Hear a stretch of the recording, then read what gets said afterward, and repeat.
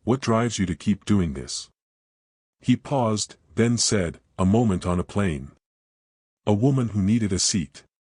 And a story that was waiting to be told. That winter, with snow gently blanketing the streets, Grace invited Malcolm over for dinner. The tree was up, twinkling with ornaments, and Hope had insisted on putting the star at the very top. They ate roasted chicken, mashed potatoes, and shared memories by the fireplace. After dinner, Grace brought out a photo album. "These are for you," she said, handing him a bound collection of pictures, snapshots of the last 2 years. Hope learning to walk, Tom painting the nursery, Malcolm teaching her to ride a balance bike, and a smiling Grace on the steps of City Hall, holding the medal in honor of her father. "I wanted you to see," she said, "what your kindness created." He turned the pages slowly, deeply moved. "You don't owe me anything," he said quietly. "But we're grateful just the same," she replied.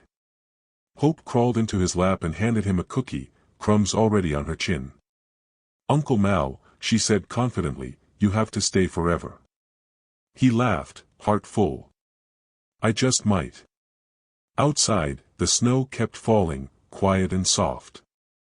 Inside, the fire crackled and the laughter echoed, a family forged not by blood, but by courage, compassion, and one decision made high above the clouds. A seat offered without question. A life altered without expectation. And through it all, a truth that had remained steady. Kindness isn't just a gesture. It's a beginning.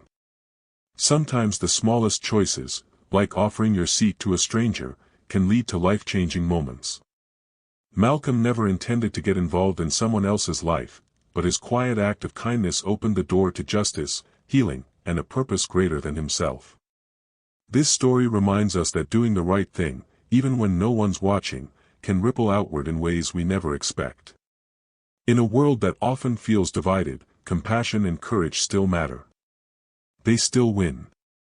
If this story touched you like it did us, take a moment to reflect. What small gesture could you make today that might change someone's path tomorrow? We'd love to hear your thoughts in the comments. And if you believe the world needs more stories like this, please subscribe to our channel and share it with someone who needs a little hope right now. Your voice, your presence, truly makes this community stronger.